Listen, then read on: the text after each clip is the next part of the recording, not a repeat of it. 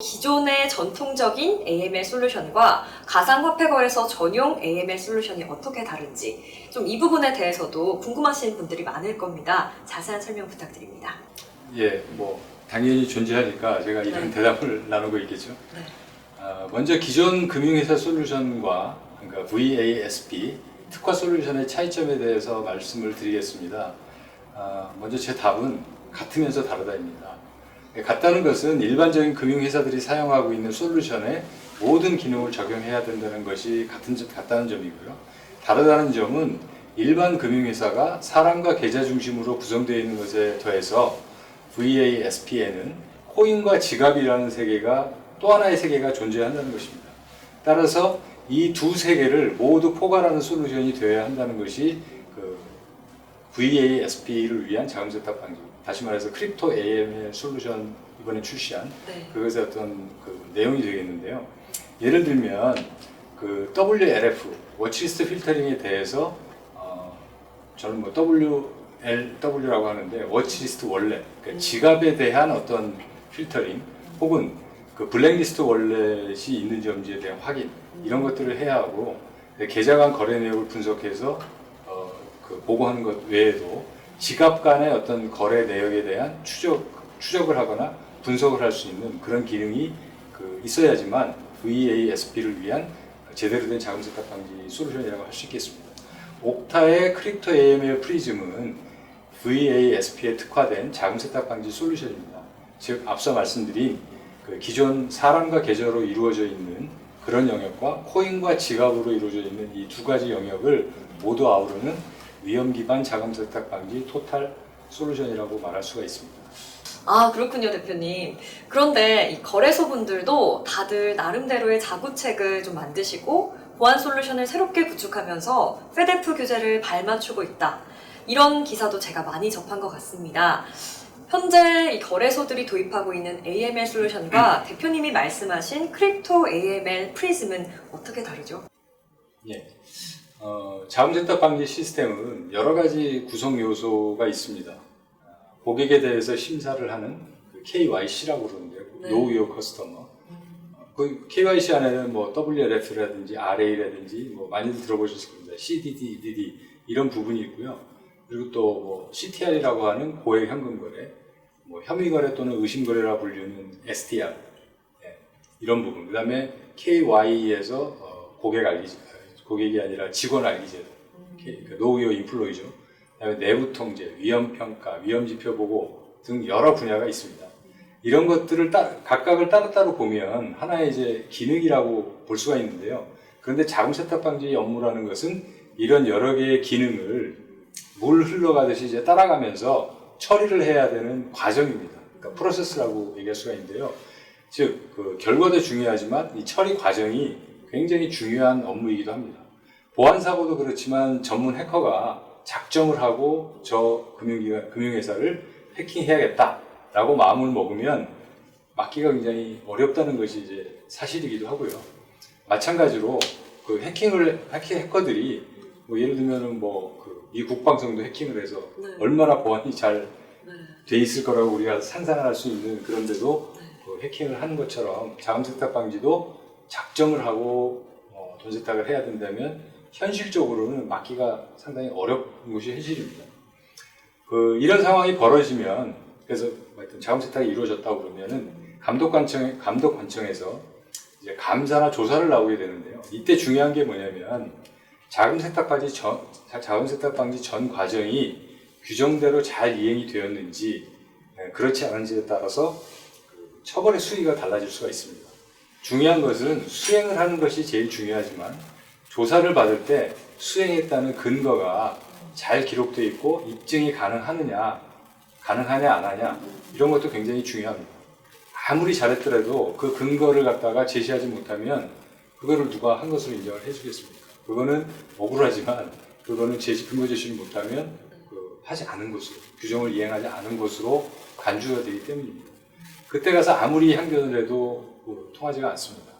그래서 결국 자금 세탁 방지가 무엇인지도 모르고 알려고 하지도 않았고 의무를 수행할 의지도 없다라는 어떤 그런 말도 안 되는 평가를 받으면서 징벌적 벌금을 부여받을 가능성이 굉장히 높아지게 됩니다. 그러니까 이런 부분을 모르는 사람이 사실 의외로 많습니다. 그래서 어떤 솔루션 회사들은 KYC 같은 뭐 일부 자금세탁 파기 전체 중에서 일부 기능을 제공하면서 고객에게는 뭐 이것만 하면 AML을 한게 된다라는 식으로 얘기를 하기도 있고, 뭐 결국 고객을 좀 호도하는 셈인데요. 또 고객분들은 아직 자금세탁 방지 업무에 대해서 익숙하지가 않으니까 뭐 이것만 하면 되나 보다 해서 뭐 KYC나 일부 기능만을 구축해 놓고 우리는 자금세탁 방지 대응을 잘 했다라고 생각하고 있는 계신 분들이 제가 이제 상담을 많이 하다 보니까 의외로 많아서 굉장히 많습니다. 그래서 하여튼 자금세탁 방지 업무라는 것은 세부적으로 들어가면 굉장히 그 세세한 부분들까지 잘 챙겨서 정확하게 수행을 해야 되고, 또 이런 부분들 때문에 생기는 이제 문제가 굉장히 많이 있습니다. 그렇죠. 사실 이 대표님 말씀하시는 것처럼 이 영상을 보고 계신 분들 중에서도 그 KYC만 제공을 하면 AM을 다 준수하고 있다고 생각하는 분들이 좀 많을 것 같은데요. 이 부분은 정말 중요한 것 같아서 좀 더 구체적으로 말씀을 들어보고 싶습니다. 예. 자금 세탁 방지 업무를 수행할 때 많은 금융회사들이 금융회사들이나 솔루션 제공업체들이 간과하는 것이 몇 가지가 있는데요.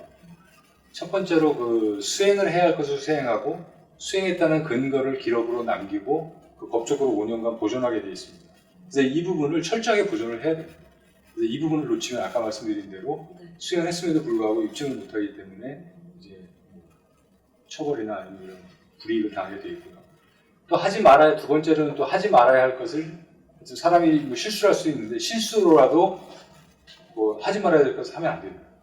그래서 이게 굉장히 중요한 부분인데, 그래서 이런 부분들을 제도나 아니면 시스템으로 그런 어떤 실수를 예방할 수 있는, 실수까지도 막을 수 있는 이런 것들이 굉장히 또 중요한 요소 중에 하나고요. 세 번째로는 또 주기적으로 수행하는 업무들이 정확히 기한 내에 정확하게 수행이 되었는지 확인을 해야 됩니다. 그래서 이런 확인하는 어떤 그 메커니즘. 그다음에 또 마지막으로는 수행되지 않았을 경우에, 이런 것들이 반드시 수행했었어야 되는데 안 했을 경우에 시스템에서 담당자에게 어떤 알림을 줘가지고 실수나 미기로 인해서 빠진 업무를 다시 수행할 수 있도록 이런 문제를 없애주는 것, 이런 것들이 굉장히 중요한 요소가 되겠고요. 예를 들면 아까 말씀드린 CDD라는 업무를 수행한 후에 3년이 지나면 고객 정보를 재확인하고 RA를 재수행하고 수행했다는 근거를 보존해야 되는데 대부분은 수행하지만 간혹가다 이런 걸 놓치는 부분들도 있고요. 그다음에 EDD 같은 경우에는 똑같은 얘기가 되겠습니다만 이건 재수행 주기가 1년입니다. 1년이 지나면 이 사람에 대해서 CDD처럼 똑같이 이제 고객 정보 확인하고 RA를 재수행하고 수행했다는 근거를 보관을 하고, 이런 것들이 중요하고요. 또 한 가지 예는 이제 개인 실수 여자 확인하고 WLF를 수행하고 법인 25% 이상 주주 및 대표자의 WF를 또 수행해야 된다든지, WF 실시간 수행한 후에 어떤 데이터 변경이 될 수가 있습니다. 워치리스트 데이터는 여러 개 기관에서 발표를 하고 있는데 그게 이제 변경될 때마다 데이터베이스를 업데이트를 해야 되는데, 그게 만약에 변경이 되면 그때마다 WLF 전체를 갖다가 배치로 재수행을 해야 됩니다. 이런 것도 이제 실수로 놓치기 쉬운 부분이고요. 그 다음에 또 WLF 데이터 갱신 주기와 갱신했다는 그거를 잘 보관해야 됩니다. 아무리 갱신했다 하더라도 언제 갱신했고 어떻게 했느냐를 갖다가 입증을 하지 못하면 갱신을 안 하게 됩니다. 그리고 또 STR, 혐의거래 검출 룰에 대해서 유효성 검사라는 것이 있는데 이것을 반드시 수행해야 되고, 거기에 따라서 후속 조치를 취하고 승인 결재 및 수행을 해야 되고, 그리고 그 근거에 대해서 이런 것들을 다 했다라는 승인 받은 내용까지를 근거로 보관해야 됩니다. 감독당국에서 감사할 때 그런 근거 기록이 없으면 수행하지 않은 것으로 간주를 하고 있는 거고요. 그다음에 최근 들어서 이러한 기록 및 보관에 대한 문제로 천문학적인 벌금을 부과받은 경우가 늘어나고 있습니다. 예를 들면 대만의 메가뱅크가 아주 대표적인 사례인데요. 이 금융기관이 특별히 자금 세탁에 대한 문제는 없었는데 감독 감사를 나갔을 때 어떤 기록 보관에 문제가 있어가지고 상당히 큰 액수의 벌금을 맞은 사례가 되겠고요. 그러니까 다시 말하면 기능은 다 수행했고 구축했고 수행했다 하더라도 이런 세부 규정들을 빼놓지 않고 잘 구축하고 수행될 수 있도록 하는 그런 지원 시스템이 사실은 많지가 않습니다. 그리고 물론 저희 옥타 솔루션에서 이번에 개발한 그 크립토 AML 프리즘이라는 솔루션은 이런 것들을 다 커버를 하고 있는, 제가 생각하기에는 유일한 솔루션이지 않을까 네. 하는 생각을 하고 있고요. 뭐 이런 관점에서 다른 솔루션들과 차별화된다라고 얘기를 하고 싶습니다. 그래서 결과보다는 이 과정이 중요하다라고 말씀을 하셨군요. 정말 이 영상을 보고 계신 모든 거래소 분들이 꼭 알고 넘어가셔야 되는 중요한 포인트인 것 같습니다. 이 왜 회사에서도 야근하다가 열심히 보고서 만들잖아요. 그리고 100장 만들고 프레젠테이션도 보컬로 만들었는데 팀장님이 이거 하라고 한 거 아닌데? 이러면 일은 일대로 했는데 욕은 욕대로 듣고 또 일을 처음부터 새로 해야 되잖아요. 정말 좌절스러운 기분 저도 잘 아는데요. 그런데 이게 거래소의 이야기라면 단순히 좌절감으로만 끝나진 않겠죠. 그래서 거래소가 최초의 크립토 AML 솔루션을 구축할 때 들어가는 시간과 자원 그리고 비용이 정말 만만치 않을 것 같은데요. 한마디로 헛돈을 쓰고 페널티까지 받을 수 있는 정말 심각한 문제인 것 같습니다. 그러니까 이 옥타 솔루션처럼 페데프 규제안의 세부 규정까지 속속들이 알고 토탈 AML 솔루션을 제공하는 전문 금융준법 솔루션 업체를 선정하는 것부터가 정말 관건인 것 같은데요. 대표님, 근데 여기서 좀 의문이 한 가지 드는 게 있는데 만약 제가 옥타 솔루션과 센티넬 프로토콜이 만든 크립토 AM을 이미 도입한 고객인데 나중에 특금법 개정안이 확정이 되고 규제가 시행될 때 변경이나 수정된 규제 때문에 제가 좀 다른 솔루션을 추가로 구입해야 한다든지 이런 이중 투자가 발생될 수도 있지 않을까요? 그렇다면 어떤 구제책이 있습니까? 결론부터 얘기하면 아마 변경되거나 추가되는 부분은 반드시 생길 겁니다. 하지만 걱정하지 않으셔도 됩니다. 지금 자금 세탁 방지를 적용하고 있는 기존 금융회사들도 자금 세탁 방지 관련 규제 사항은 지속적으로 변경되고 갱신이 되고 있습니다. 아마 오늘이나 내일도 아마 어떤 변경이나 갱신이 될 수도 있고요. 이런 변경이나 갱신에 시기적절하게 대응하는 것이 자금 세탁 방지 업무의 또 다른 굉장히 중요한 포인트이기도 합니다. 따라서 지속적으로 시기적절히 대응이 가능한 유지보수가 전제되어야 합니다. 향후 변경될 수 있는 내용은 일상의 업무 변경에 따른 유지보수로 간주하시면 됩니다. 옥타가 다 지원해 드릴 것이고요. 예를 들면 2018년 말에 금융정보분석원에서 RBA 보고지표가 한 191개 정도가 있는데 그 중에서 약 한 40여 개를 변경했습니다. 이런 변경을 옥타는 업계에서 가장 빠르고 그리고 유일하게 선제적으로 대응을 해서 고객에게 감사 인사를 받은 경험을 가지고 있고요. 이런 관점에서 솔루션 업체 선정 시에 주의해야 될 부분이 몇 가지가 있는데 기존 금융회사들의 자금 세탁 방지 업무 담당들조차도 가장 큰 애로사항이 뭐냐라고 이제 저희가 물어보면 규정 변경에 따른 업무 위주 보수가 가장 큰 애로사항이다라고 얘기를 하고 있습니다. 이 문제로 상당히 많은 고객들이 기존 시스템을 걷어내고 새로운 시스템을 구축하고 있는 것도 현실입니다. 물론 이런 이유 덕분에 저희가 이제 이런 사업을 계속 할 수가 있지만 이런 상황이 발생하는 중요한 이유는 업무 위주 보수 지원이 되지 않아서이고 또 업무 위주 보수가 지원되지 않는 것은 몇 가지 이유가 있습니다. 예를 들면 공급한 솔루션 업체가 전체 업무를 지원하지 않고 부분 솔루션만 공급을 해가지고 어떤 업체 간에 책임 소재가 이제 불분명할 수가 있고요.